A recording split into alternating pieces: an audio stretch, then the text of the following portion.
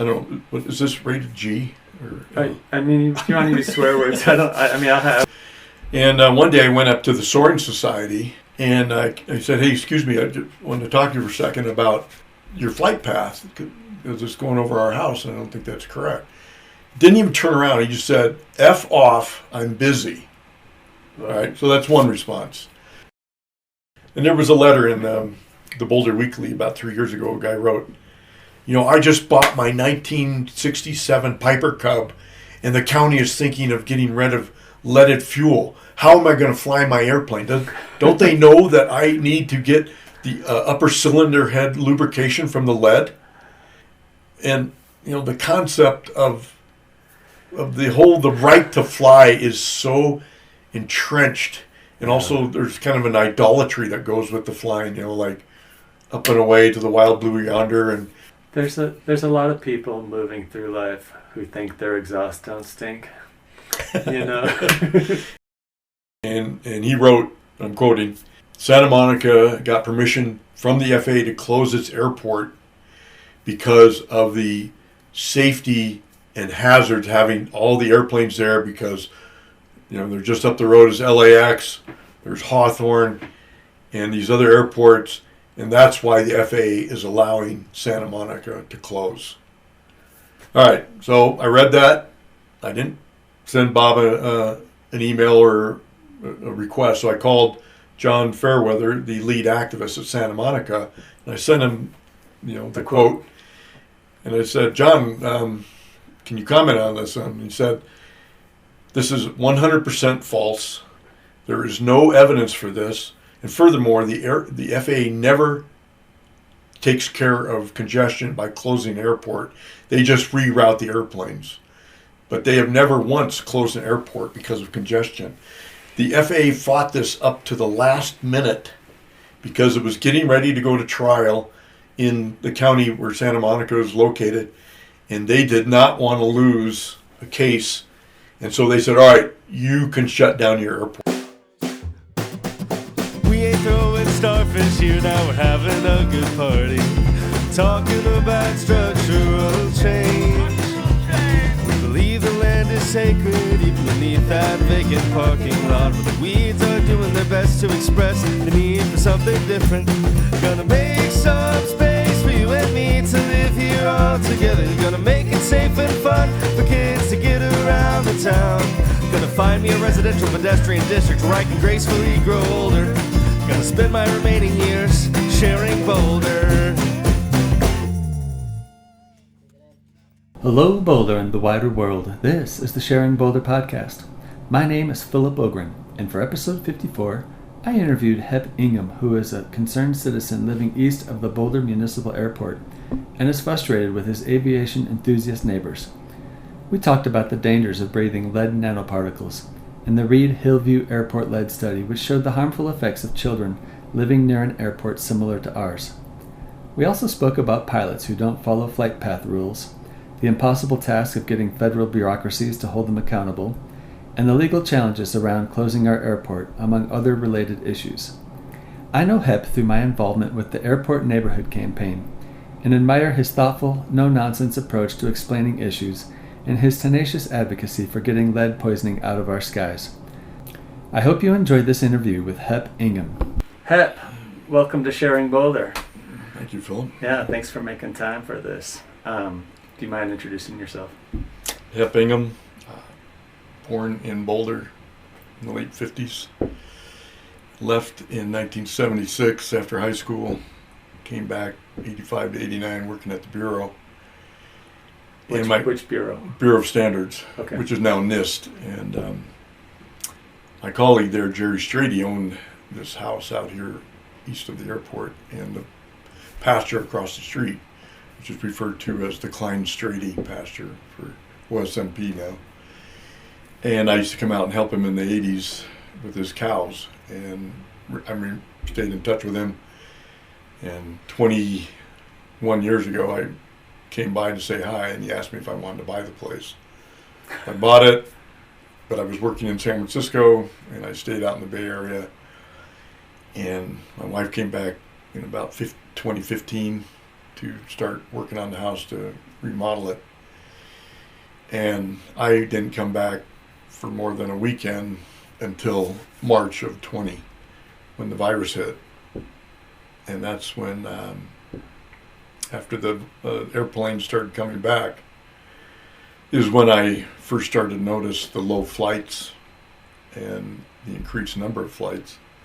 So to answer the question, why did I move out here? Well, it wasn't really a problem when I moved out here, because first of all, I didn't study it. But to be clear, you knew there was an airport here when you moved. Sure, I used to wash airplanes up there in 1973 when I was going to Centennial. Oh, cool. Yeah. So I know all about the airport, but yeah. All right. So it isn't it's not like it was something that I knew about and understood and then decided to fight it. Yeah. It's more that, I was given an opportunity to own this house and we took it. And I should say that this house was built in the 1880s. Long before the airport. The airport was built in 1928 and became a municipal airport in 1948. Yeah. So I've got about 60 years on the municipal airport of this property. And we can go into the logic of how an airport confers rights to people and why a property similar to an airport does not confer rights. But maybe we can talk about that later. But all right. Well, I mean, we could dive right in. Yeah. Okay. Or whatever you want to do first. So let's just kind of go through the process. So after the airport started to kind of come back into business after the virus hit, one of the first things that I noticed were some hang gliders, not power gliders, whatever they are, with the motors on them. It came through and the people were rubbing their feet in the top of our cottonwood tree and driving our dogs wild. And our livestock, they were going crazy. And so I called up at the airport and I said, what's going on here? I've got people taking off from the airport, coming right over our house, rubbing their feet in our cottonwoods. And so the answer I got, this is when Yates was mayor. And you're just calling, you don't have any relationship with them at this point. You're just calling to be like, yeah, hey, why are these people flying right over the top of our property at about 80 feet high in these ultralights? And I don't think John Kinney was the manager yet. I don't think they had a manager. So I called the airport line. There's no answer. So I call up the transportation line, Department of Transportation, and then they send me an email saying the FAA controls the airport. The city has no control over what the people using the airport do. So you are welcome to write the FAA and take your complaint there. And so right away I see, all right, this is a bureaucratic nightmare, because why doesn't the city say anything about its airport? So I looked up online and I looked up what their rules are for departure heading east, because I'm east of the airport. And there's a departure standard there, and it says all planes must travel straight till they get to 7,500 MSL or 7,800, whatever it is. What's MSL? Mean sea level. Okay. So basically 2,500, yeah. 2,200. Do not turn over the houses that are east of the airport. So there's this huge gap here between our house and the next house. It's about 1,500 feet. And, and it's, some of it's open space, city, some of it's county. And then there's, commercial buildings over here, Keeter Trucking. Then there's the Keeters have a quarry, and then there's Pioneer where they sell raw materials like landscaping materials. And there's a couple houses over there, but those are on Valmont, and so there's really nothing between me and Valmont. And so, then I started to notice that the tow planes towing the gliders were coming over our property. Some would come over the top of our house. And so I'm looking at the rules again, and it says, they should follow the center line of the runway till they get past the airport. So I mapped it out on Google. I drew a straight line on the airport. And the center line of the 8G runway, because there's 2 runways up there, there's actually 3, but the 8 is for power what they call the power runway. So those are regular airplanes that aren't taking a tow plane. And the 8G is the glider runway. And that 8G glider runway, the center line of that is on the border of the south of our property, which is 425 feet south of where we're sitting right now. The end of the runway is about 1,100 feet from where we are. So, looking at percentages, even if you account for error or wind or something like that, you're 400 feet out of 1,000 is your error by the time they get to our property. That's a 40% error, and that's the competency and the statistical margin. It should be much lower than that. And I think the FAA has a thing they call dynamic range, that you can deviate from the center line during your takeoff. I don't know what that is. I think it's 125 feet. But anyway, so the airplanes have... Yeah, I mean, you have to try to come over the house. Yeah, that's right. Yeah. And I went up there and across the road, and I walked up to the end of the runway, which is at the end of the Klein-Strady property. And I just stood there and I watched them come up, and the tow planes, as soon as they take off, they start to veer towards the north, taking a left, and then they head straight over our house.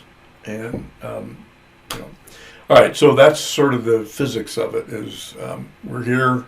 That's the layout. Our house is 500 feet from, or 425 feet from the center line, and that's way bigger than they need to for their dynamic range for keeping it on the center line. And I'll just point out that it's going to be loud if they go over the center line, but the way acoustics work and sound, it's all kind of exponential decay, Yeah, so it's the difference between them coming over the house and going 400 feet that way is huge. It's very large. Yeah. And we can get into the comments I got. So, all right, so that's the physics of it. So I'm watching these guys, and I get this message from, the city saying there's nothing we can do.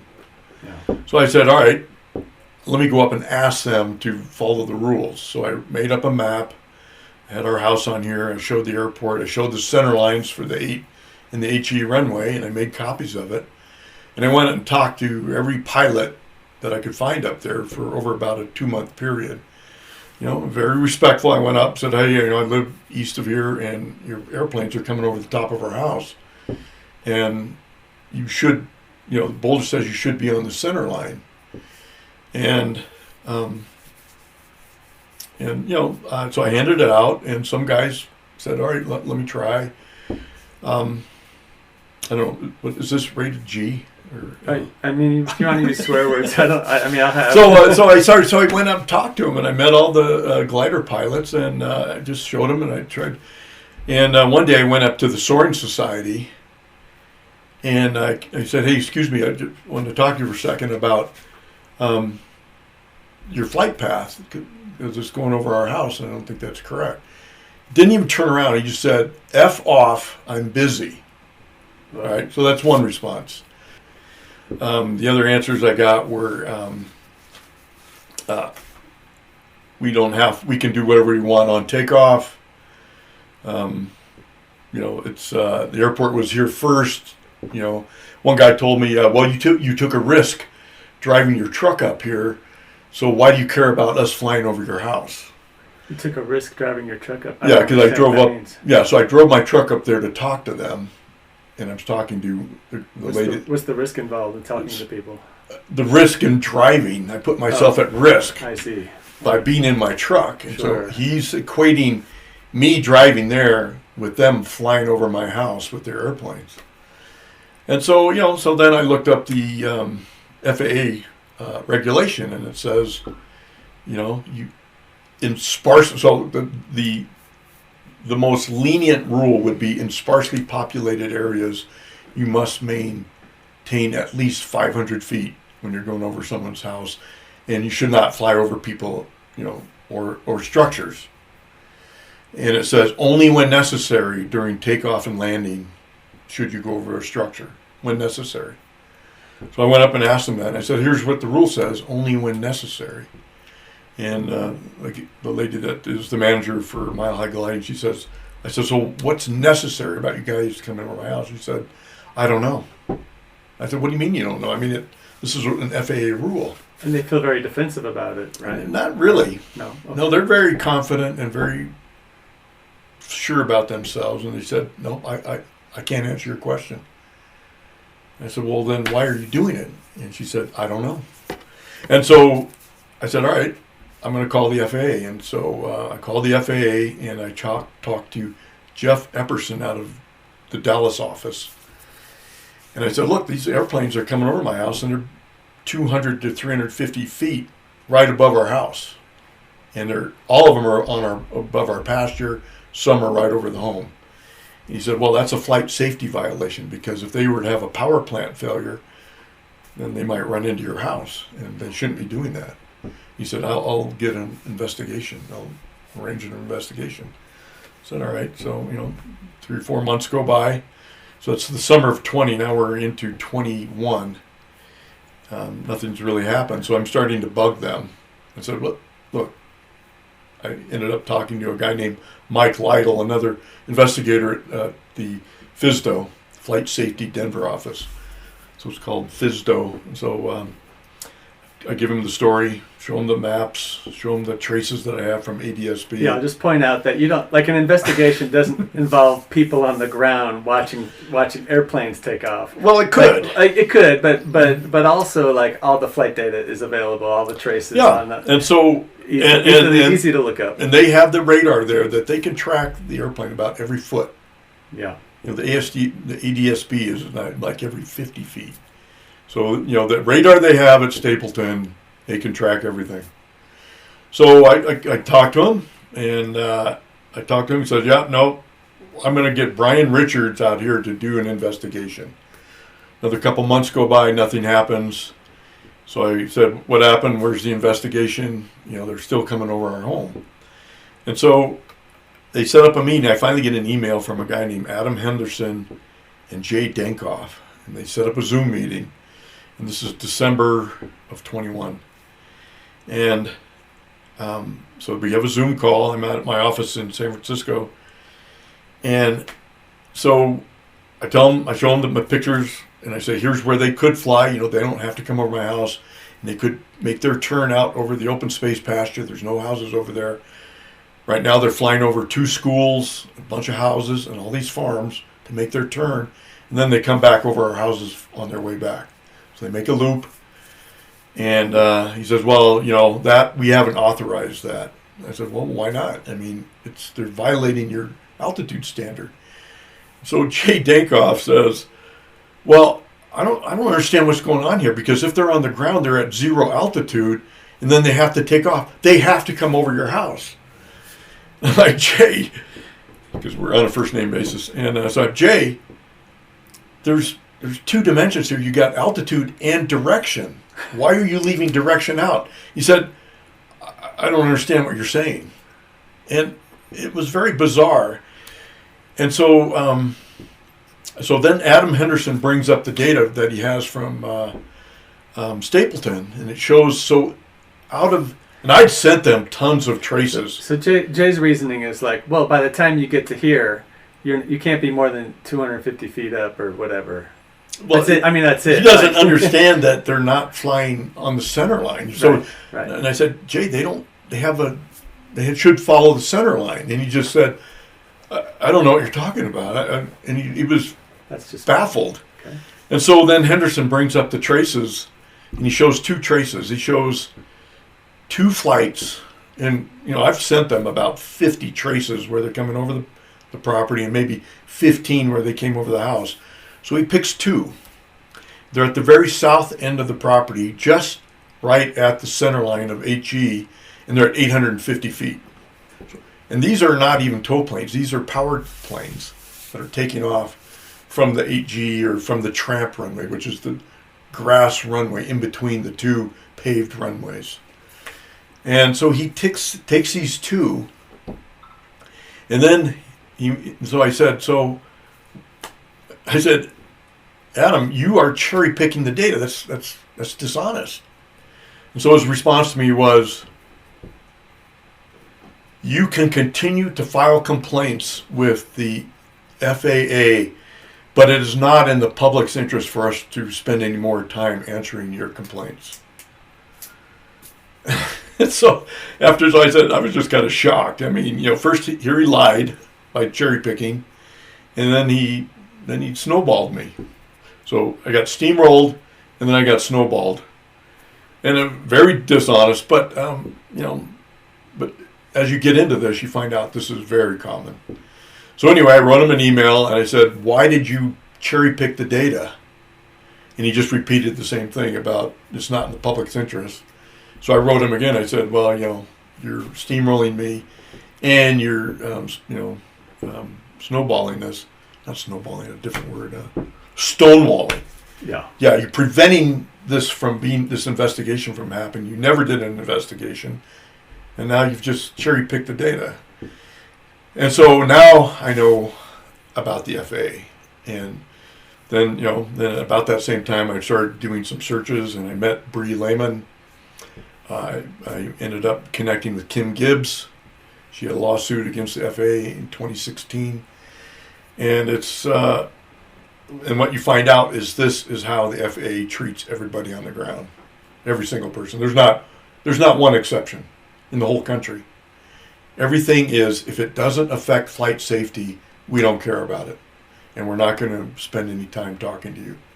Yeah. In so many words, they may say it nicer or be nicer. And I think the best example was upstate New York from 2012 to 2018. A guy had a beef with a lady at a restaurant. The lady owned the restaurant. He came in there, and she threw him out, or wouldn't answer his business. And so he started using his Cessna to dive bomb her restaurant and her house, going under 200 feet. And so she complained to the FAA, and she complained to the FAA for 4 years. And finally, the city was getting sick of it because it was bugging everybody now because her restaurant was in this little city. And they finally just said, "You know what, this is ridiculous. The FAA is not going to do anything." And so they just said, "All right, this is harassment." And they just used regular county sheriff rules to approach the guy. And he landed his airplane. 2 sheriff deputies grabbed him, handcuffed him, and they said, "You're guilty. We're arresting you for harassing this lady and the town." And they threw him in the jail. He got bail, and he went to court, and he got found guilty, and he spent either 6 months or a year in jail. Wow. And his plane got towed away. And I was worried you were going to tell me that the FAA swooped in and defended him or something like that. They kind of did, because they defend by omission, because they won't participate. They won't enforce their own rules as how the planes affect the people on the ground.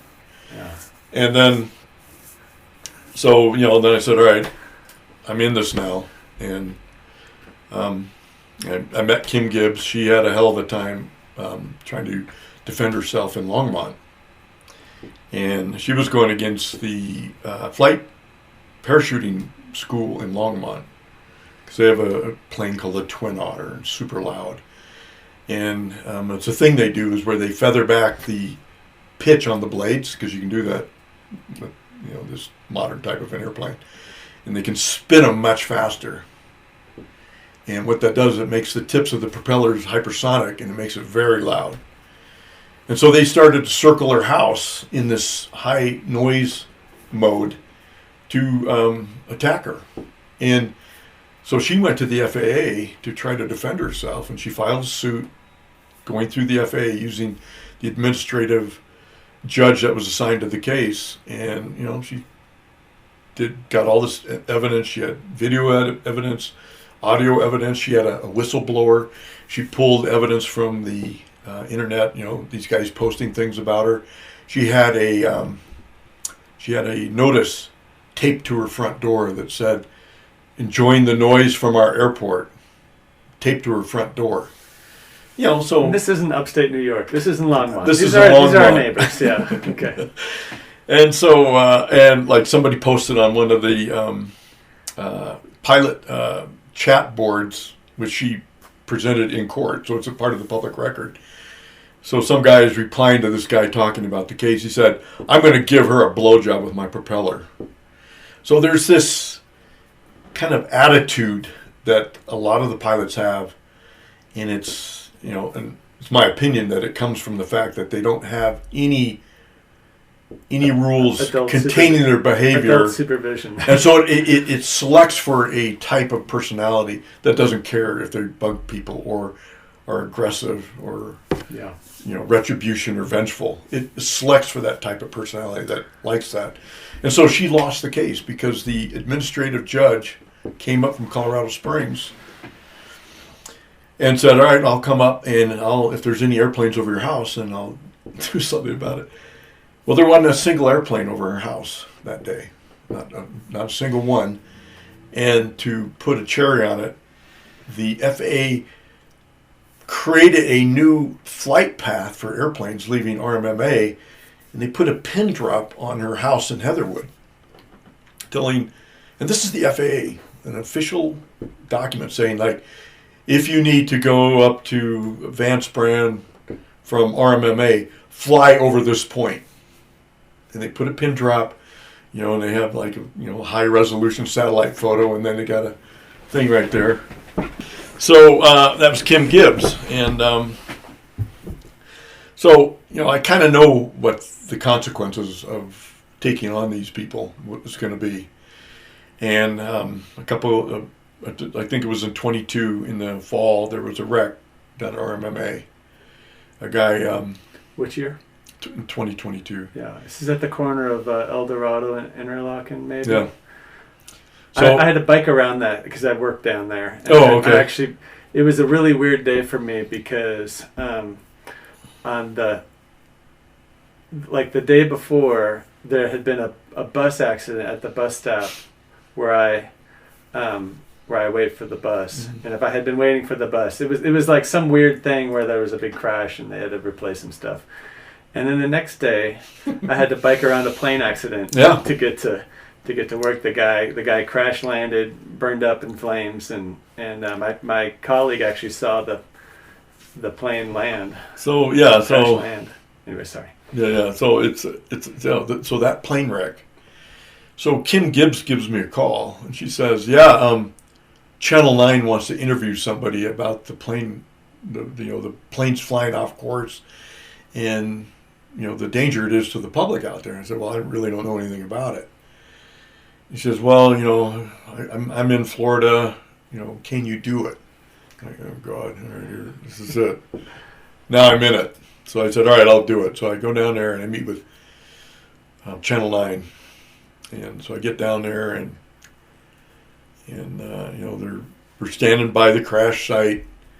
And, all I know it's a west wind, and looking at where he crashed, that means he cut the corner early. He didn't go out as far west as you're supposed to and turn and come in and land like you're supposed to. He cut it close. He got a downdraft of some kind, and his wing hit a light pole, and then he cartwheeled and almost ran into the apartments there. And, he burned it, died on impact. So I said, it's a terrible tragedy, and this is indicative of the attitude of the people that fly, is that they take risks, and they put us at risk. And but I didn't want to take advantage of his tragedy, so I made sure I was very respectful about the whole thing. But that's what happened, and that happens at all the airports all the time. The pilots cut the corners, come in hard. And, so I had finally gotten in contact with John Kinney, who was now the airport manager. An old pro, been to many airports, Long Beach, Aspen, a few different places. And he's a good guy. And so I get invited to the community work group, which is spring of 2023. And I had a separate meeting up there that maybe we can talk about, but that was before that. But so I go to the community work group, which is sponsored by the city. So I go to the first meeting, and here are all these fancy multicolored charts on the wall with these kind of fat cute airplanes with smiles on them. And I'm like, all right, this is a snow job. This is a snow job. If the city paid for this, they must have hired a consultant that is pro-airport, because look at all this. Here's a timeline on the wall, on the whatever we were met at the building that's over there at Old Pearl, like 49th. There's a community building over there. So we met there. I think I was there. Yeah, for the first one. I'm not sure. I'm not sure. Yeah, I didn't know you yet. And so there's the timeline showing, airport was built, first flight, and first time, I don't know, the people did a black and white photos, making you feel and all this nostalgic stuff. The first glider flight, and the first flight for the University of Colorado. All these milestones. There's a soldier hugging his mom in front of the Black Hawk helicopter. That sort of thing. They didn't say anything about fighting fires or rescuing anybody, but that was to come later. But and that's where I'm meeting all the people there, and there's. So, the airport serves about 0.01% of the population of Boulder, and yet 50% of the people at this meeting were pro or airport related, and 50% were just, regular people from the community. And that's where I met Lisa Morzell and Jill Grano, and is it Grano? Grano. And Laura Kaplan was there. Mm-hmm. And so I'm sitting there, and I'm at we're having these little breakout sessions, and I'm at the table, and there's a bunch of pilots there. And I'll just point out that those three people were all signatories on the petition for the airport neighborhood campaign. Okay, that's right. Yeah. So anyway, this is before that happened. So I'm sitting there, and so there's a guy at the end of the table. And he says, I'm living in some apartments to the west of the airport. And, I'm worried about my daughter because you guys are, I accept the noise and stuff, but, you guys are putting lead on us from the fuel.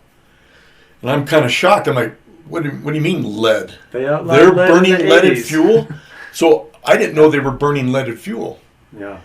And so I don't either. I learned about this in the last few years. It's amazing to me that's even possible. Yeah. And once you get into it, you can see why they still are.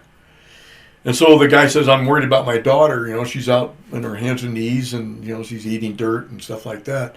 So a guy at the other end of the table, a pilot, and he says, and I'm quoting, "Oh, you don't need to worry about that, because the only way that can get into your system is if you get it on the end of your finger and you stick it into your body cavity." That's a quote. And I just looked at the guy, and I'm just like, okay, there's something going on here, and it's very crooked. That sounds like an explanation you want to believe if it's convenient for you. Yeah, so you can only get lead if you put it on your finger and stick it through your body cavity. And everybody kind of looked at him, and the person that was from Kimley Horn, that was the company that they hired to put on the C Community Work Group, which does master plans for airports. That's one of their jobs that they get paid for. So I don't know why the city couldn't just put on their own work group, but I guess they needed a Kimley Horn to make this timeline and then get these kind of little pictures of the airplanes that were fat and had smiles on them. They kind of look like the Chevron avatars for cars. They're fat and they're kind of cute, and children like them. Adorable.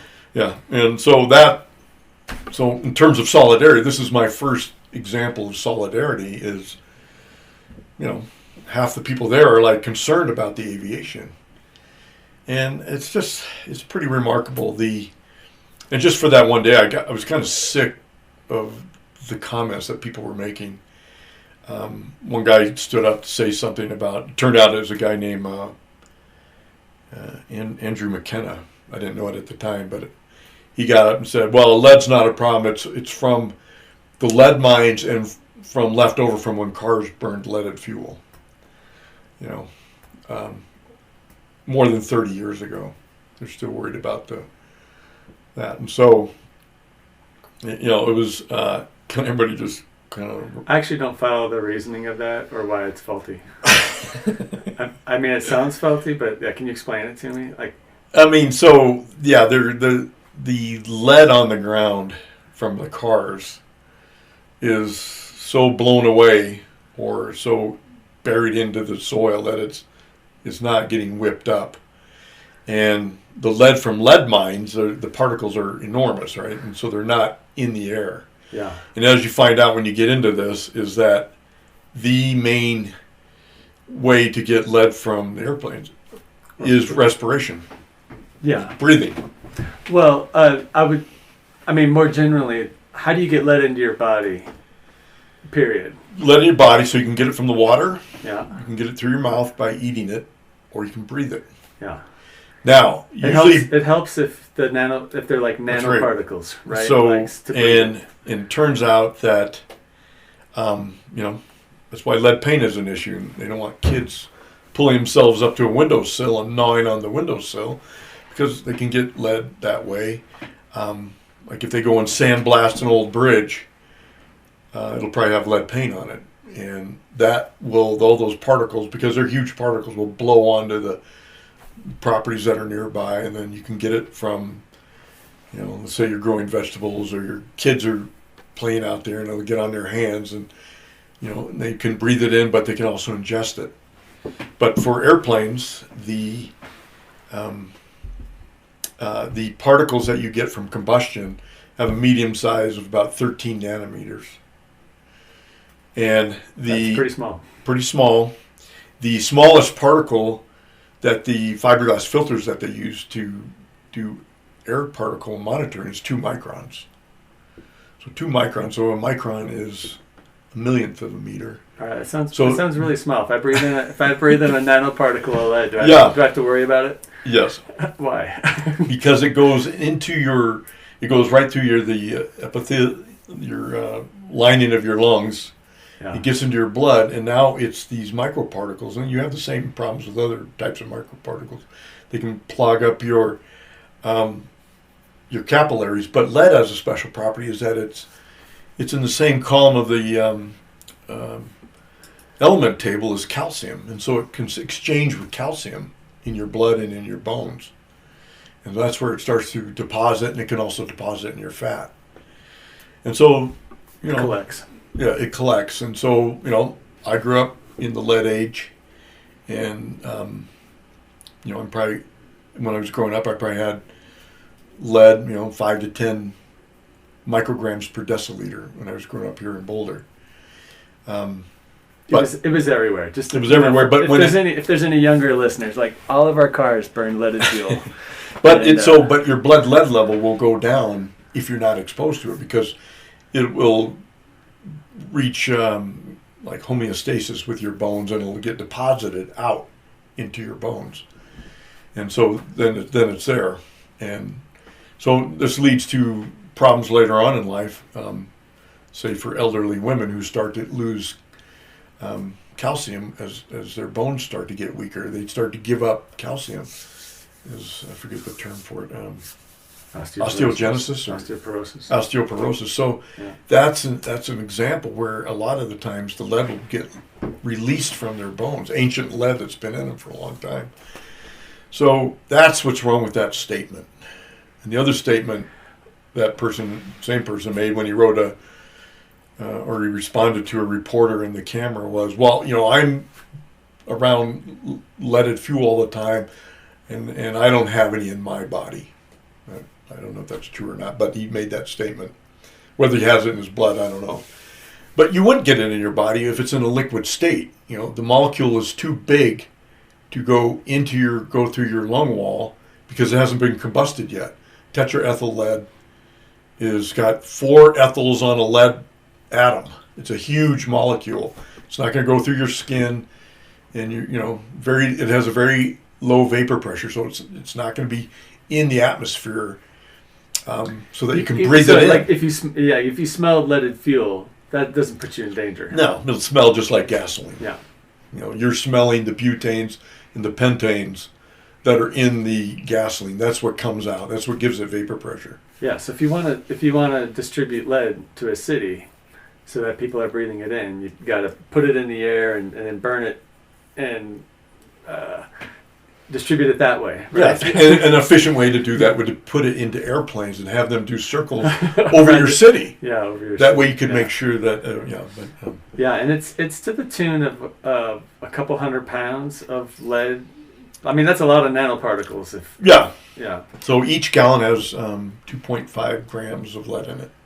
And so you add that up with all the gallons of fuel Yeah, burned and over so the city, and it's when they're taking off, hundreds of pounds. I think. Yeah. So Boulder has about 500 pounds a year. Okay. RMMA is like maybe 2,000 pounds a year. Ouch. And that area over there is saturated with lead, and it's a problem. It's very disappointing to me. I wish that it wasn't, because I've now worked there 15 years. Yeah, it gets better at the end of that airport. Yeah. So it's hard to say if you were to get your blood tested if you would have it or not. It kind of depends on the wind patterns. Yeah. And it drops off sharply as you move away from the airport. And this is where the Reed-Hillview study comes in. So in 2011, Santa Clara County out in San Jose got money to study the lead distribution from Reed-Hillview Airport. And it wasn't because they had a complaint from the citizens. They were doing it just to check on it. And so they understood that you couldn't sample it by sampling the air with the fiberglass filters, and doing soil testing wasn't representative because it disperses when it gets into the soil. It either gets incorporated into the plants, nanoparticles, or it goes down. Well, they're not nanoparticles, and they bounce around and they get accumulated. And unfortunately, this study took from 2011, and the results were presented in August of 2021. And unfortunately, what they found is that the best receptor for testing the amount of lead in the air was children's blood levels. Turns out them breathing is the most efficient way for extracting lead out of the atmosphere and measuring it. They didn't want that, but that's why they didn't even bother with looking at the environmental testing companies who use the fiberglass filters to test for Can lead. you give us some sense of the scale of that study and the statistical power that might have been applied? So they had about 17,000 children that they tracked, and they were measuring their blood lead levels, I think either weekly or monthly. I can't remember what it was, but it was a massive study. They got the guys from Mountain Data out of Fort Collins, who's a very respected data analysis company. Sammy Zaran is a prof at CU. He's an economist, but he's also a data scientist. And they had top-rate statisticians working on it, and so they've got this cadre of children that they're measuring, and they track them.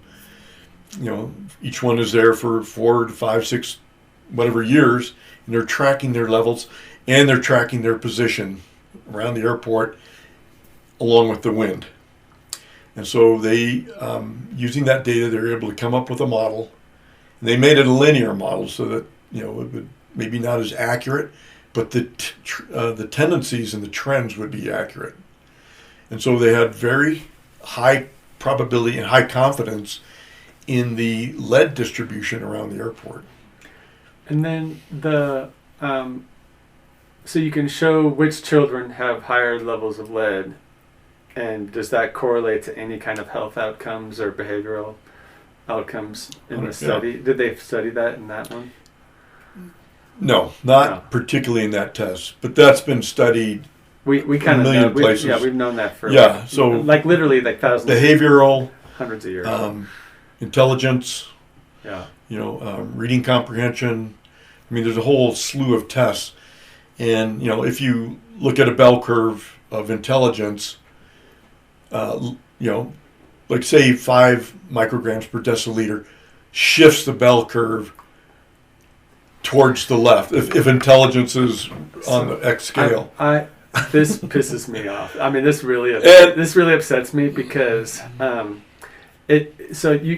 a simple model, when you think about exposure or harms or whatever, you think have I been exposed to lead? Maybe yes, maybe no. Was I affected by it? Probably not.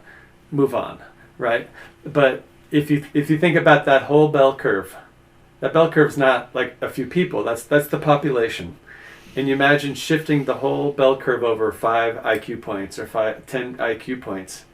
That means, like, I'm a pretty smart guy, but I would honestly, I'd like those 5 or 10 IQ points back from the time I spent in the 70s and 80s.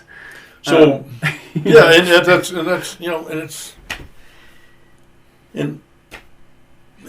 it's tragic, because what matters are the tails, and not so much the tail on the right, sure, the high intelligence, but the tail on the left, because that small shift means now that you're subjecting whoever's in that tail. Depending on the size of the population, but like in the United States, when they were looking at this stuff, is you're subjecting another 300,000-400,000 children to a significant change in their IQ, and has all kinds of lifelong effects. And I just want to point out that we're doing this right now in Boulder. There's communities right adjacent to the airport where Boulder's actively talking about building more housing near the airport. And so, I think it's really unjust and criminal. Not criminal, but it's lame. It's effing lame that we're polluting kids' lungs with lead. Yeah, and the sad part is that it's been known for a long time, and Marie Lynn Miranda did the seminal study in 2011 when she looked at a cluster of airports in North Carolina, and it shows the kids in that part of the state have elevated blood lead levels. And you remember how crazy people went when Flint, Michigan switched their water, from the Detroit River to the Flint River, and it was more caustic because it's a more polluted river. And they basically increased the BLL, the blood lead level of those children. The average was like 0.4. It went up to 0.8 micrograms per deciliter. And that was a national catastrophe. I mean, they're bringing in bottled water. There was they didn't really do much about it, but they did it to save a few dollars in terms of the cost of the water, and they quit using a passivating chemical that coats the inside of the pipes, and so that's what we're doing right now. And at Reed-Hillview, the kids on the east side of the airport, which is downwind, those kids are 4 to 10 micrograms per deciliter. So well within the range that is going to cause significant lifelong learning disabilities and other health effects. Yeah. And so let's just finish up with that study, because the results of that study were presented at a press conference in August of 2021. And, Bruce Lanphier was one of the co-authors, Sammy Zoran, Cindy Chavez, who was a supervisor there, and then they had somebody else, a couple other people, but they did a presentation on a Zoom meeting to hundreds of people, and boom, it just rocked everybody, because now all the people, and it's mainly a Hispanic community and poor that lives around the airport there, they're like, we've been being saturated for decades. And this airport has grown and grown with their number of flights, because when it started out in the 40s, it was a little ag airport for crop dusters. But then it became a general aviation, and the flights kept piling on. And so it's a little bit busier than Boulder. Yeah. And that's the effect there. And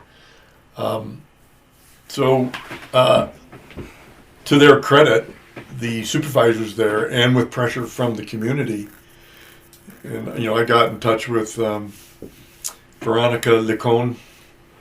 She had a son that went in and he was having some problems. You know, he was having some weird pains in his neck and his joints. And she went to the doctor, and they're doing all these tests, and they can't find anything. And finally, the guy measures the blood level. He was at like 5 or 6 micrograms per deciliter. And she had a couple other kids living there, and she's living in her parents' house.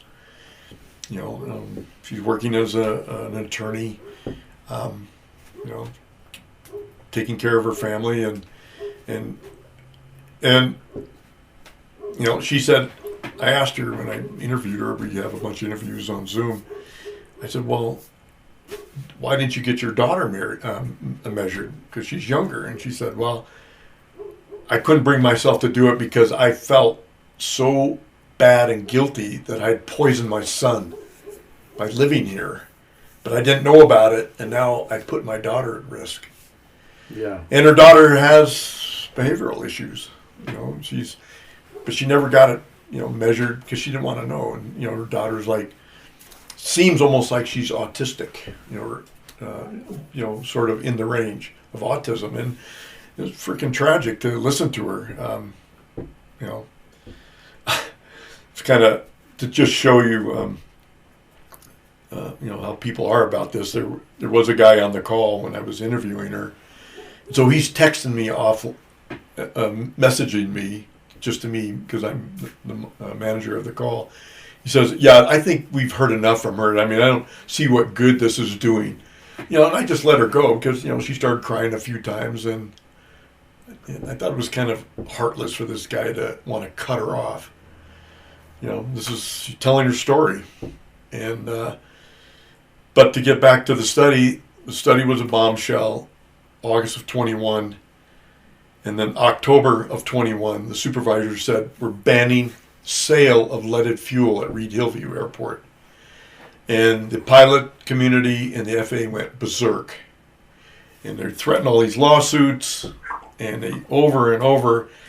And Cindy and the other 3 supervisors said, you know, we are going to put the health of our community ahead of the very, very narrow needs of the general aviation and the flight schools that are here.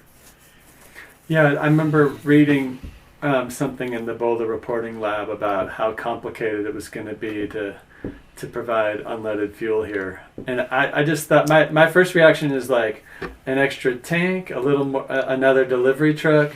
Like, how complicated is it? And couldn't we do this overnight if we had the political will and to do it? So there you had the supervisors that weren't going to take it. They said, we're going to put the health ahead. And so since then, they had some kind of reauthorization act in 2024. And it specifically said, all right, no more airports can ban leaded fuel. Otherwise, you get a $5,000 a day fine. I don't know. I mean, if I was a county commissioner, I'd say, fine, let's take the $5,000 a day. And, you know what, we'll take it out of the airport budget or something like that. But, you know, but what people need to remember, and which never comes up, is that everything that's good, or that you can say that's good about aviation, could be done with airplanes that don't burn leaded fuel, don't fly off course, and don't make a lot of noise. They have them over in Europe. All the airplanes over in Europe, they don't have an FAA over there, like in Belgium or Switzerland or Germany. They have strict rules when they can fly. They have strict noise limitations, like the ESA limit is like 72 decibels at the end of the runway at 30 meters. Yeah. So they monitor it, and they can achieve that. And the Swiss companies over there and the German companies came up with high performance mufflers for the exhausts. Yes, you had to put a little cowling indentation in the bottom of the plane's body, or you didn't have to, depending how slow it was. It didn't have aerodynamic effect. But anything that you do with an airplane, you could do it with an airplane that stays on course, doesn't burn leaded fuel, and it isn't loud. This is not a requirement. They don't have to be that way. But you would think that even the slightest request to get them to change the pilot community, that just raises a hysterical response. And then the reason it is what it is because they have powerful friends on city council and civic leaders. I have good news for you. The pro airport people, a year and a half ago said that they were phasing out leaded fuel. It'd be gone in 5 years. So that means we only have 3.5 years left of leaded fuel. That's a big maybe. It's 100%. Thanks for that softball. That was a huge maybe because they've had that mandate probably 6 times. So there's a good article by Ariel Wickenberg. She's the one who wrote the article about Miss Lacone and the effects of the Reed-Hillview on the community around there. And there's a follow-up article looking at the history of every time that the FAA and the industry has blown through their mandates to get rid of leaded fuel. There's probably 6 or 8 times that this has happened. And first of all, it's not a mandate. So right now the current thing is called the EAGLE program. I don't forget what it stands for, but it's it's on the FAA webpage. You go there and it says, and this is the operating sentence for the whole EAGLE program, says the FAA would like there to be unleaded fuel by 2030 if a safe and commercially available substitute can be found. All right? Sounds great. Right. If. Yeah. But it's interesting how the airport supporters will then use that in their op-eds in the Boulder Daily Camera to say, yep, don't worry about it. There's a mandate going away. And it'll be gone by 2030. There's no mandate there. Yeah. There's no rule. There's no thing. And there's another, there was one that Adrian and I wrote in the camera. And he said that the EPA has banned leaded fuel by 2030. So that's in his op-ed. But the EPA has no jurisdiction. Yes, they've labeled lead from airplanes as an endangerment, an official endangerment. They probably wouldn't do it now, but back then they labeled it as an endangerment to public health. And they stated there is no safe level of lead. But here we have, these civic leaders. The person, Jan Burton, in her op-ed, she's the one who said it's the EPA has mandated it. And so don't worry about it. Don't worry about it. There's no point. It's going to be gone by 2030, so don't fight it. Yeah, but that's not 3 years away. That's 5 years away. That's a whole nother generation of children at San Lazaro and Monte Vista. Yeah, you're born today. Yeah, in 3.5, 5 years from now, you've absorbed all the worst effects. The lung volume to blood ratio is much higher for children. Yeah, and so it has a much higher effect. The particulate lead from the airplanes on their blood lead levels, and it's going to be registered much higher. And the modeling tells us that they're at risk at San Lazaro and Monte Vista. The kids living over here in Rock, whatever it is, right up here just to the north of the airport, that neighborhood there. The people on, Do you feel comfortable talking about your lead exposure? Yeah, I mean, so a couple of years ago, I was at work where they have analytical equipment, and I gave them a drop of my blood to measure it. So it wasn't an official test. Okay. But they have part per billion measuring lead, and my blood didn't have any lead in it. This is 2 or 3 years ago. Yeah. But you were 4 years ago. Oh, before you moved. No, this is when I found out. So this is when in 23, when I found out they were burning leaded fuel at the airport. Yeah. So they put it through the ICP mass spec, so inductively coupled plasma. So it has a 7,000 degree centigrade plasma that disintegrates all the molecules into their atoms, and then every atom then goes into the mass spec. And since they all have a different mass, they show up, and that's how you can have a very high resolution. I mean, the detection level is like 1/10 of a part per billion. Wow. So I didn't have lead in my blood. Yay. So I'm back here end of October of 2025.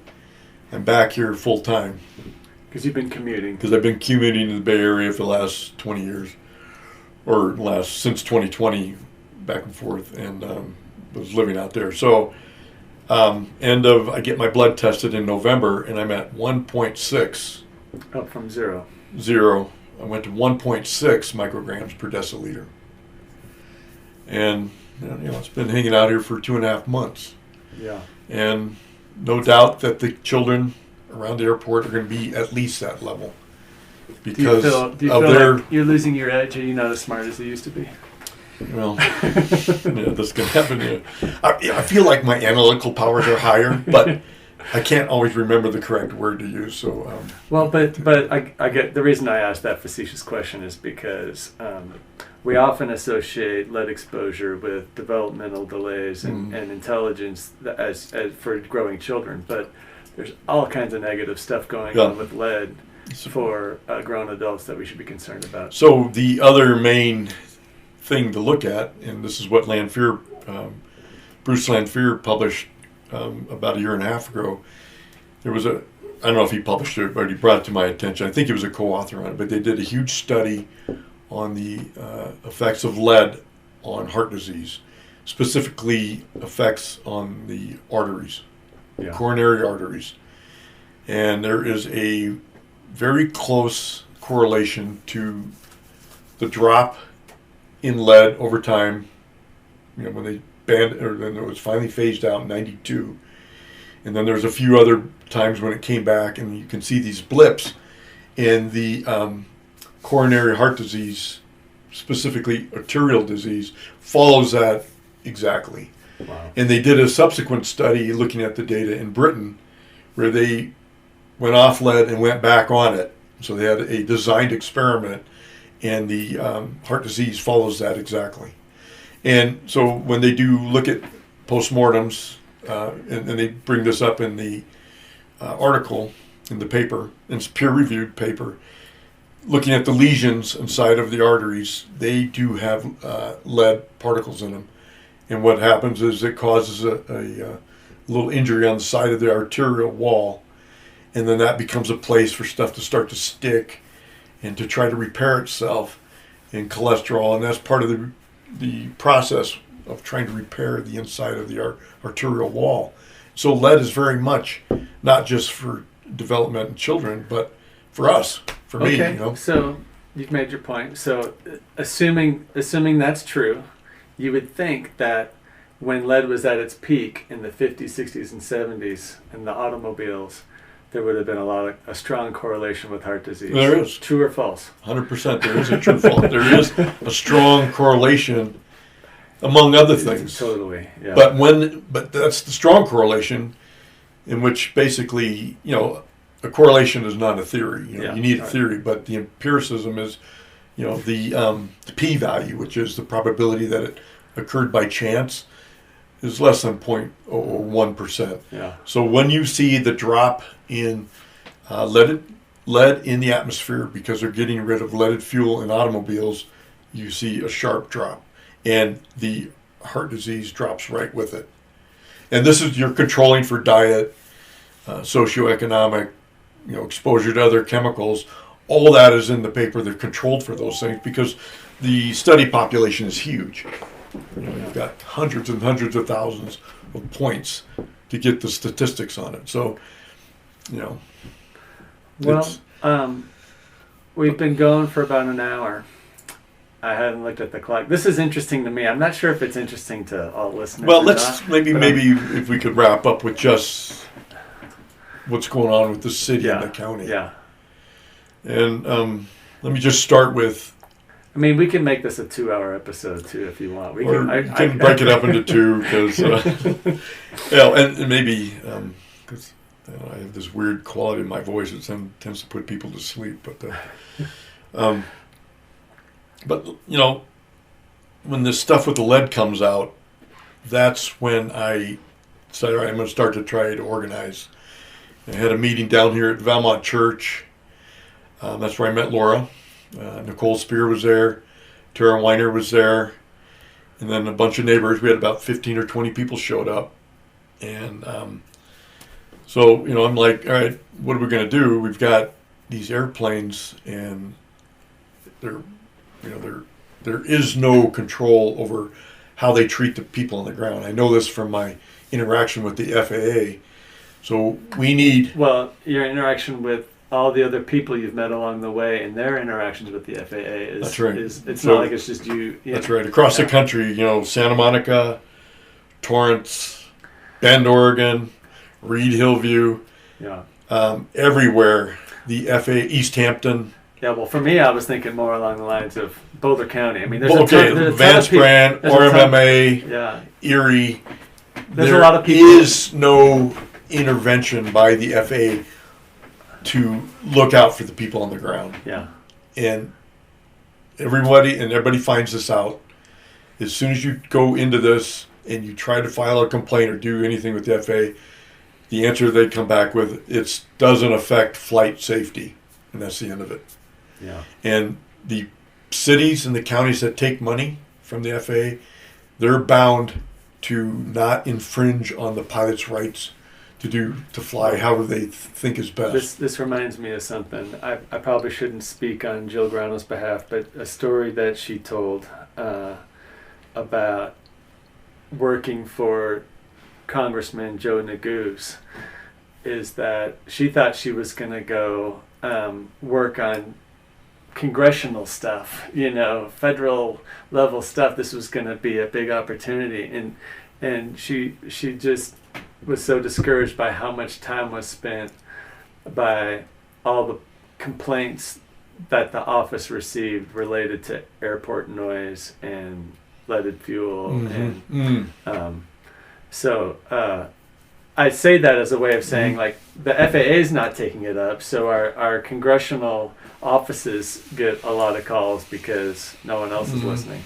So that's an interesting point, because the FAA has made itself the arbiter to take care of any of these complaints, and by giving the cities and the counties money, they restrict them from enforcing any of the grant assurances. They call them Part 16 and Part 12, whatever, all these different parts of the grant assurances. I mean, Bree Lehman is the expert on this. And but so what it comes out of it is that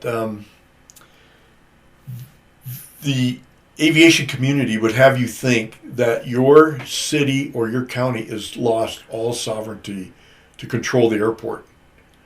Because anytime you do anything, they use these grant assurances as a way to threaten the city with a lawsuit. You took this money, and now you have to obey the things that we... And so what they do is there's different classes of airplane, like Series 1, Series 2, Series 3. And all these rules that say you can't inhibit us, you can't charge landing fees, anything that might inhibit interstate commerce, those are for the bigger airplanes. The ones that are turboprops that burn kerosene, not burning leaded piston engine airplane fuel. All these rules apply to that. And so there's this whole thing of rules that they use to threaten the cities with. And it's not true. And these cities have a lot of latitude, and they can do things. And this is what Reed-Hillview showed us. The county there said, no, we're going to take it. Go ahead and sue us. We'll go to court on this, and we'll establish a precedent. And that is the last thing the FAA wants to do. And this is the lesson that we learned from Santa Monica, because they're closing the airport for all these same reasons that we've been talking about. For there, it was mainly noise, but then the lead became an issue. And they waited till the grant assurances ran out. They didn't re-up the money, and now they're shutting the airport in 2029. And the FAA fought it to the very last second. And they even paid about $600,000 to get a ballot initiative to try to give control of the airport to the FAA in perpetuity. And that lost 70-30. And I just thought of something. What we need is a countdown clock on the on the website where you go and it says 14 years, 7 months, 12 days, whatever it is. no, On Boulder's effort here. it's too long, and the effects of the lead and the noise are too onerous. The city and the county can and should use their governmental power to push back. Yeah. And not allow public harm. And they should just take them on, and they could do that. And so, just to kind of get it in perspective, the arguments to protect the airport basically have two characters. One, we're gonna get rid of the leaded fuel, so don't bother. Don't worry about it. Two is the FAA controls it, and the FAA is all powerful, so don't even think about trying to go up against the FAA. Yeah. And the two main proponents of that point of view are Matt Benjamin on the city council now, and former mayor Bob Yates. And this is Yates wrote something in his.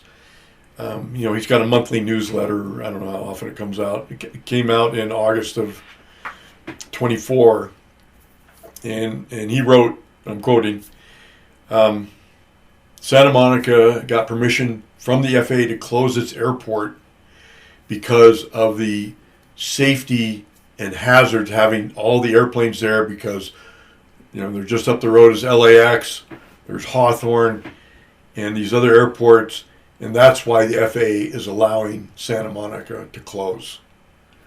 All right, so I read that. I didn't send Bob an email or a request, so I called John Fairweather, the lead activist at Santa Monica, and I sent him, the quote, and I said, John, can you comment on this? And he said, this is 100% false. There is no evidence for this, and furthermore, the FAA never takes care of congestion by closing the airport. They just reroute the airplanes, but they have never once closed an airport because of congestion. The FAA fought this up to the last minute because it was getting ready to go to trial in the county where Santa Monica is located, and they did not want to lose a case. And so they said, all right, you can shut down your airport. But only you. And there's no legal precedent. I'm serious. Right? Not only you, they just said Santa Monica. That's what you I mean. can shut down your airport. Yeah. So I sent Bob Yates an email. I said, I haven't seen this, any evidence for this. Can you give me your sources for this? So he wrote back and said, you can look that up on your own just as easy as I did and find out for yourself. These are all from public documents. And so I wrote it back and I said, Mr. Yates, I talked to the attorney out there and the lead activist, and I did a search. I can't find any articles where the FAA gave permission to shut it down. So will you please give me your references or print a retraction? And then he went quiet on the issue. Yeah. And so that's the issue of don't go against the FAA. You can't win. And so here's a strong civic leader, a lot of influence, former mayor. He's telling people don't fight the FAA. You can't win. And his compadre in this is Matt Benjamin. He did something about the ANC a couple years ago, making an absurd statement. But let's just focus on his recent statement when the court ruled on the Boulder's lawsuit against the FAA to get permission to shut down the airport. So the ruling came out, and a gentleman from the 4 Mile housing development, which is to the west of here, and in the path of the airplanes when they head into the wind on a west wind day, he wrote back, let's just shut the airport down because it's a hazard, it's giving lead, it's bugging people, and the land could be used for could make so much more money for the city of Boulder, and would be a boon to the city of Boulder. So Matt Benjamin writes back, and the operative sentence says, well, the court ruled that the city cannot shut the airport down. Only FAA can shut it down. And so when you go and look at the ruling, as you could read in the Boulder Reporting Lab, which he surely must have been able to read, it says the judge ruled on it on a very narrow basis, saying that it was not time for this lawsuit, and it was, and I'm not saying that it's right or wrong, but this is not the time because there's been no injury to Boulder, so you don't have grounds for a lawsuit. Yeah, with respect to the question at hand, it didn't say that Boulder hasn't been injured. Carte blanche. It just meant, with respect to the specific question, which was, does the city have to do it in perpetuity? It does not say the city does not have the authority to should. So you have to ask the question. I'm sure Matt Benjamin. I don't know if he's a scientist or what he is, or he probably went to college. He has some science background for sure. He probably went to college. He can read. He knows English. How could you come up with that interpretation? And it's just part of the general attitude that people would support the airport. It's anything goes to preserve it and to preserve our entitlement and our privilege. And part of that is the right to dive bomb people if they speak out of it, criticizing it. And so they refer to people that talk about the airport as complainers.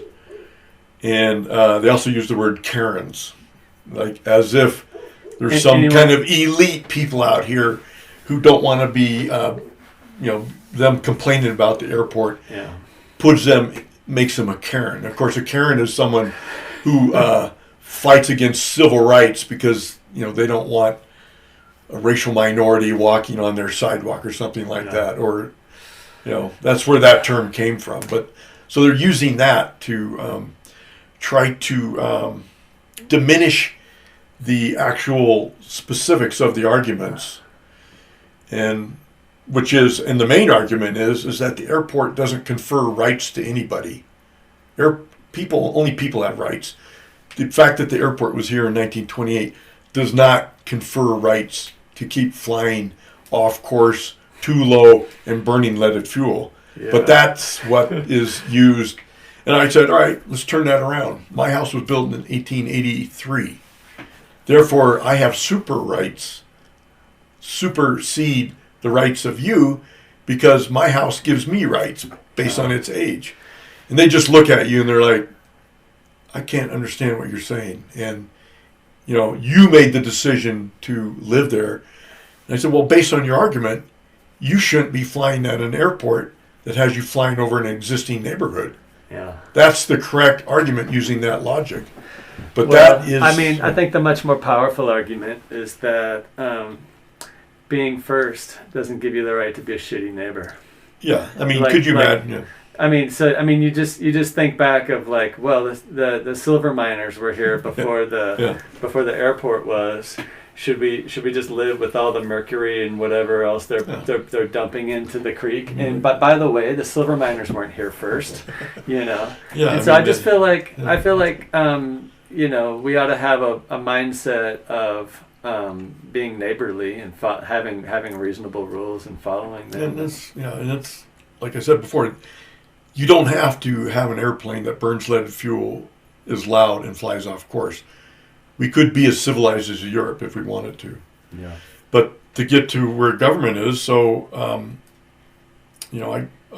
think it was in October of 24, I called up Aaron Brockett. So he's the mayor. So I left a message. He called me back. And I said, look, this is ridiculous. The airplanes are flying off course and they're burning leaded fuel. They're poisoning the community. It's not nothing, even though Jan Burton's op-ed said that tests show that there's nothing in the soil, that doesn't mean anything, and they know that because the Reed-Hillview studies out there. Place to look. Yeah, the Reed-Hillview study out there. There's the particle size study is out there. These are peer-reviewed studies. And I said, so don't you think the city should do something about it? And he said, yep, I agree. It's bad, but we have to do what's feasible. And that tells you exactly what the issue is. It's politically feasible. Feasible Feasible means who's going to cost us the most money.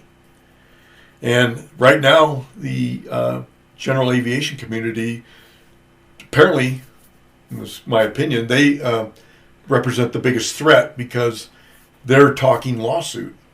Yeah. But that also tells us what we need to do is to correct the situation, is we need to organize and then look at the legal realm, because, you know, the two centers of decision making, the city council and the staff, those are the two areas where decisions are made. Neither one of them is going to just lay over or going to do the right thing and take care of the people out around the airports in terms of the lead poisoning or the noise. They're not going to do it. So there is no parliamentary path to take care of this problem. Well, I will say, which you dismissed a bit ago, there is something positive going on at the city that should give us. I mean, I'm not sure exactly how to think about it, but we haven't taken binding grants from the feds for almost 6 years, and that takes a lot of political will, and there's some risk involved with that, real risk from the city manager and from other folks. I mean, I know it's not what you want, because that means, like, if we stay on that timeline, that means we're getting to the starting point 14 years from now in terms of thinking about shutting down the airport.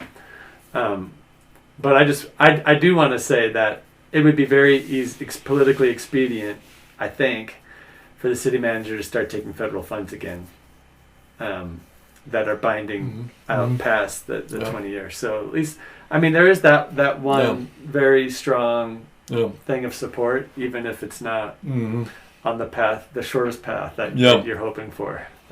That's right. That we're hoping for. I don't mean to point at you. But. Yeah, no, and that's correct. And the problem that I run into is that every time there's some type of step forward, it's always a compromise, and it always allows for the burning of leaded fuel and no change in the equipment up there. Yeah. So, for instance, when Ashley Stoltzman and Kevin, right? Anyway, what's the other state representative for Erie? What's his name? I forget his name. But anyway, when we had Bruce Lanphier come to town to speak at the E-Town, like 80 people showed up, and so they presented the HB 1235, which is all airports have to offer unleaded fuel by 2030. So offering unleaded fuel doesn't mean they're going to get rid of unleaded fuel, and even the smallest cost is enough to continue the use of the leaded fuel. And there's also the belief that it somehow lubricates the valve stems in these engines, because they want it. And these guys, and there was a letter in the Boulder Weekly about 3 years ago. A guy wrote, I just bought my 1967 Piper Cub, and the county is thinking of getting rid of leaded fuel. How am I going to fly my airplane? Don't they know that I need to get the upper cylinder head lubrication from the lead? And this is probably a guy probably in his 30s, and he went out and bought his airplane. And, the concept of the right to fly is so entrenched. And also there's kind of an idolatry that goes with the flying, like up and away to the wild blue yonder. And it's, this kind of myth. But it's, There's a lot of people moving through life who think their exhaust don't stink. Yeah, and they also don't think it's heavier than air. Yeah.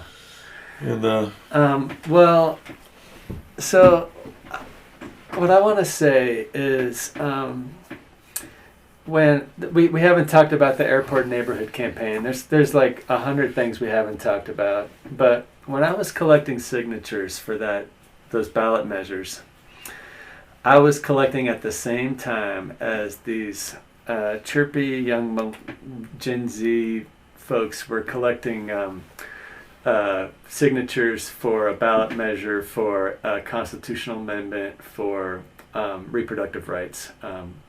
And so all they had to do was they would just say abortion, and people just knew people generally speaking know how they feel about abortion and whether they're willing to sign a petition to guarantee reproductive rights. And people would just either be like, no thanks, or yeah, I'll sign that. And they said about a dozen words to get one signature. And I'm sitting there, nobody knows. Half the people I talk to don't even know there's an airport in our city. They don't understand why we might want to close it, what's involved. What's the FAA? Is that the food and what? Food and no, that's the FDA.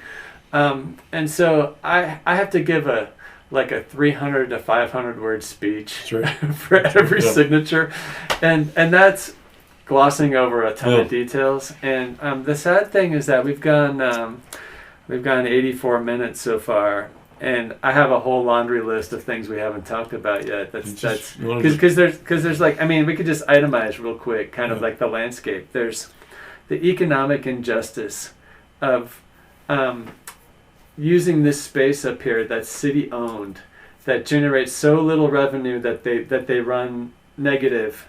The economic impact of this airport is so ridiculously small, and and we could talk about what they claim the economic impact is, and there's actually some hilarious stories involved in that narrative. Thank you, Bree, for that. There's economic injustice. There's the leaded pollution, toxic chemicals. We've covered that pretty well today.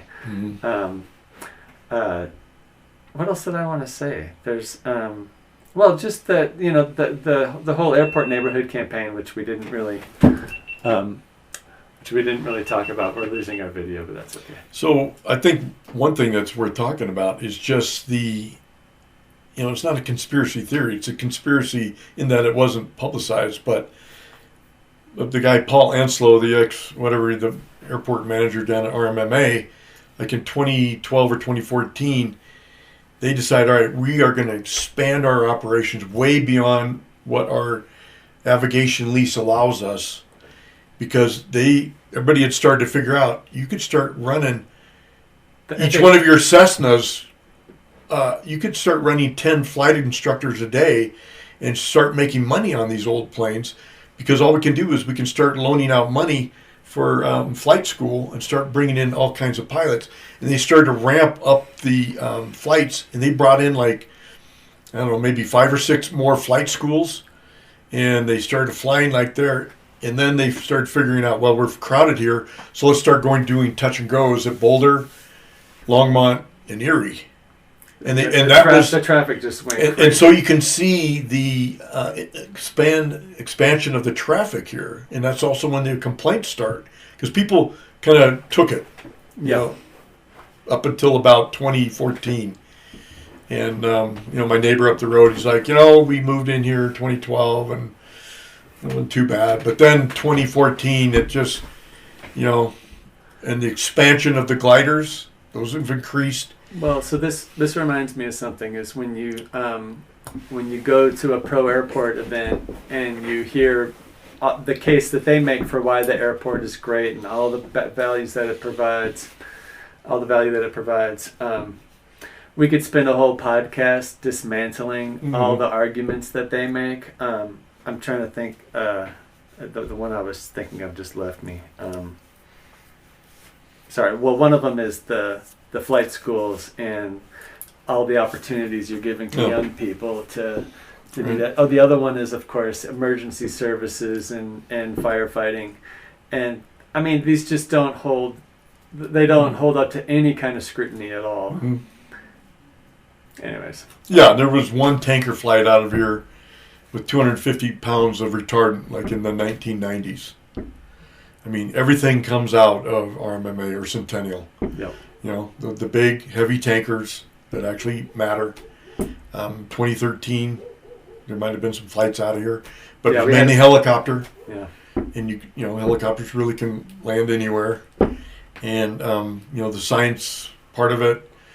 Yep, there's some companies that work for looking at fracking. They want to map. They do mapping because they have a calibrated points around here, and they like to fly over there. But the whole issue of since when does an entity like a city or a county give up the right to say anything about its airport or its piece of land? I mean, it's owned by the citizens. And this is where the electeds and the staff could step up and test it. But, like I said, it's across the country, it's like this. And, it's probably going to take a more organized effort because, just watching this, I don't see that there's really a parliamentary path to making any type of change at the airport. It's going to have to be, landing fees and then legal action from the community, not against the city because they're immune, but against the people that fly there. And that's really the way it's going to have to move. And, people like, the council members that are pro-airport, at some point, their friends are going to come into the crosshairs of the community, but it's hard to do. Because like you said, I've got a stack of flyers in Spanish that I need to get over to San Lazaro. I've been looking for someone who speaks Spanish to help me. And, so that's going to be part of the organizing effort. So that makes me think of two things. One is another thing we didn't really talk about was the federal lawsuit that the city filed and what that meant. And I mean, we kind of summarized the punchline, which is that it was dismissed and they said come back in 14 years, basically. Right. Implied if you're on our side of this issue.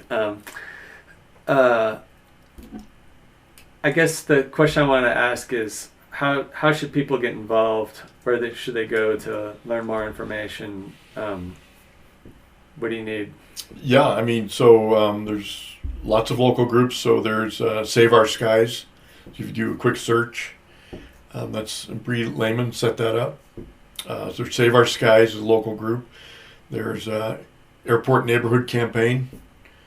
It's more focused on the housing. And the reason I got into that is because, that was a group that said, all right, we want to do something about the airport. Yeah, let people vote. But I think, the housing issue is they're going to wait till, the grant assurances run out. And I just don't think that's good for the people that live from the, the heart disease angle and for the child development angle. Totally. We should not be waiting that long. No. Ro Khanna put it best a couple of years ago when he was talking about Reed-Hillview, because he's a congressman from Santa Clara. And he said, we cannot look at the special interests of the aviation community for in this case it says for 6 more years. I mean, that's another generation of children that are going to be poisoned. And it's just not right, and we shouldn't do it. And, I think that's where we need to move to. So Airspace for All is where you can get involved with. And then there's Quiet Skies, which has a bunch of local groups around here.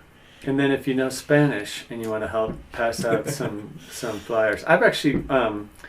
working on your Spanish? No, but I've dropped off literature in those neighborhoods before. And, I mean, I think it would be great to have Spanish speakers in our coalition to help with the communication.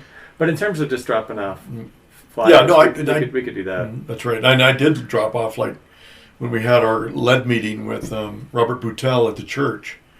I dropped off maybe 250 flyers there, inviting people to come to not a single person showed up.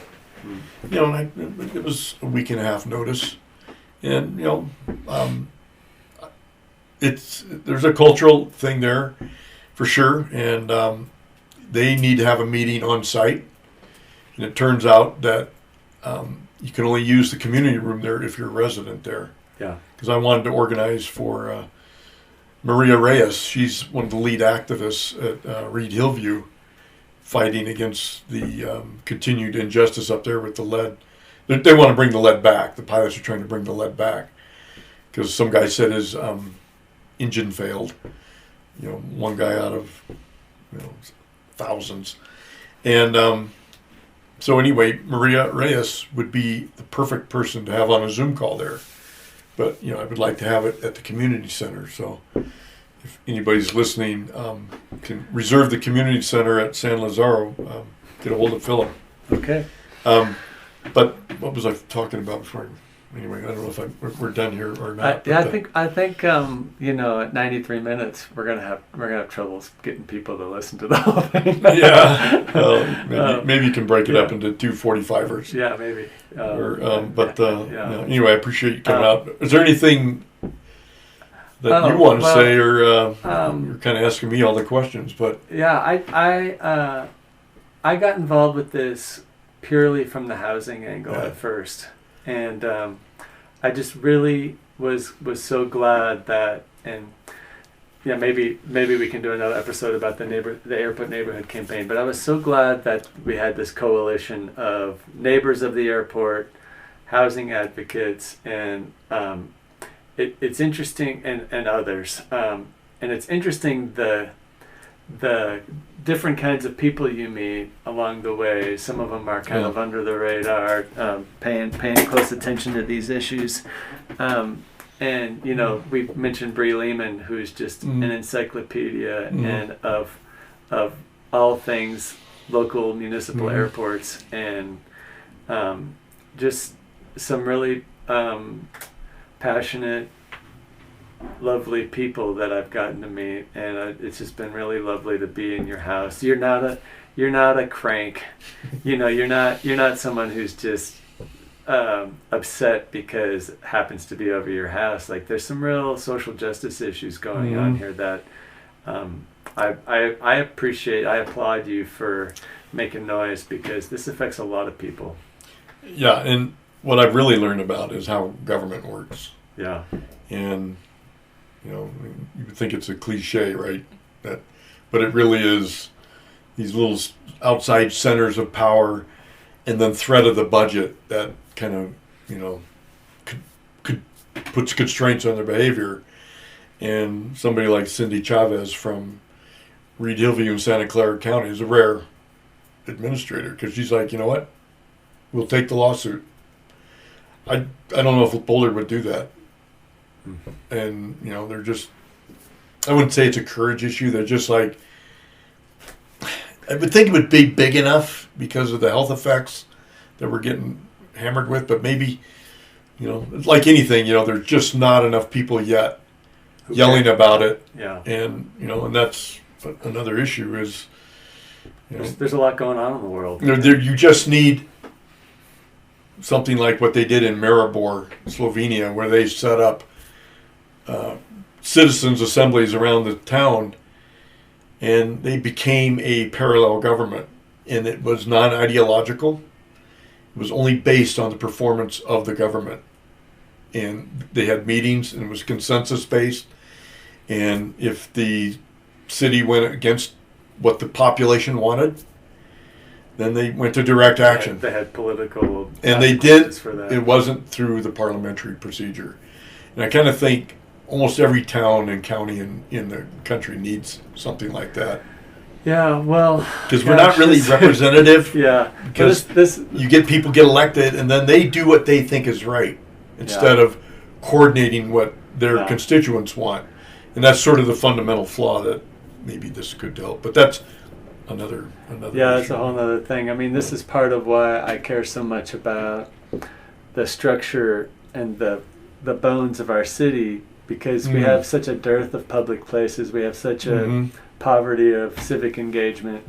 And I mean, if we had a sizable percentage of us paying attention and gathering together and discussing the issues. I mean, I know I'm not saying democracy is dead in Boulder County. It's probably more alive here than a lot of other places, but it's I feel like we're trending in the wrong direction. It's like everywhere, but like when the country was started, it was never representative.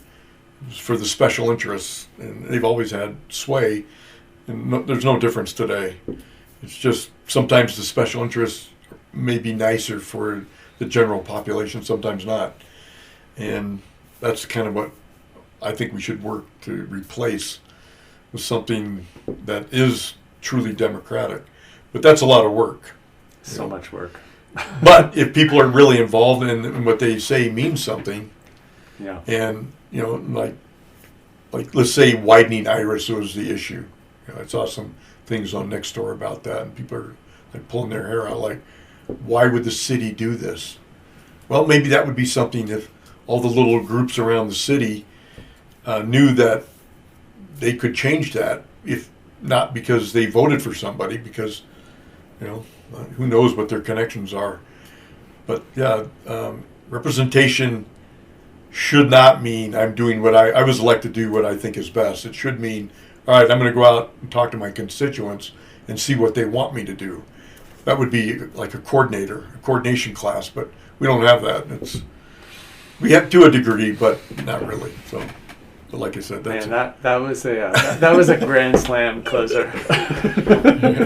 Now people, you're gonna have to start elbowing and get them to awake here. All right. Thank you for participating. Really appreciate thanks, Phil, for coming over. Gonna find me a residential pedestrian district where I can gracefully grow older. Gonna spend my remaining years sharing Boulder.